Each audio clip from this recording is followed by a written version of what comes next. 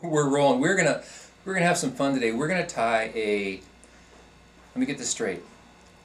Multi-hued rainbow bead, chewy skin thorax, steelhead damsel using a Stonfo Elite Bobbin. Did I get them all in there? You got it. I I got them. I mean, the rainbow bead. What's that about, Jay? I mean, that's a new bead from Hareline. The rainbow is a new bead. They are so cool. Now, don't throw away your black and gold and silver and copper and green and chartreuse and hot orange beads. But think about it, rainbow beads. Okay, so we're tying this fly, and it's a, I call it a steelhead damsel. And people say, what? Steelhead eat damsel flies? You darn right they do. You just have to find a place where you have steelhead and damsel flies coexisting. And that's everywhere, right? I mean, and that's like in the McKenzie. Come on. Hosmer Lake, Town Lake, in, God, if I say where. Yeah, it's okay. Okay, so in the Columbia, there are a few places like Herman Creek, where a steelhead kind of stack in. And there are also a lot of, by the way, I'm using a little dubbing twister here and a dubbing loop. And grizzly soft tackle olive. Grizzly soft tackle olive. And I'm going to spin up this body material. Damsel flies, I like these to be not too thick, not too dense. Anyway, these steelhead and salmon at times will kind of concentrate in these areas, and there are a lot of weed beds there. There are a lot of bugs there. Now I have a piece of, where is it? Chewy skin. It's kind of stretchy, looks very cool. This is UV black. I have a little piece cut. And this stuff can be wrapped. It can be wrapped. It can be wing pads, which is what I'm going to do here. It gives a little sheen. It's about the fish. I'm just rolling up this material again.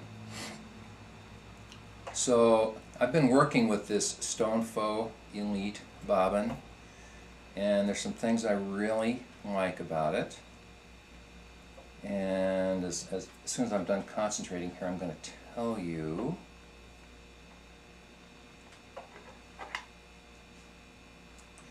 So before I fold over my chewy skin, here's a couple things I want to point out. Chris, can you focus in on the tip of this bobbin? Mm-hmm.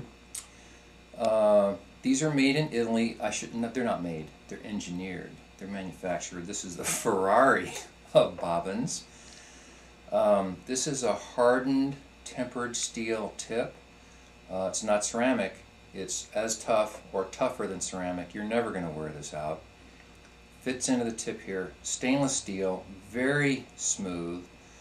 This little guy here is like a clutch, and it offers, I've used some tension adjustable bobbins in the past, and they seem to go from too tight, too much tension to too little tension. This one is really nice.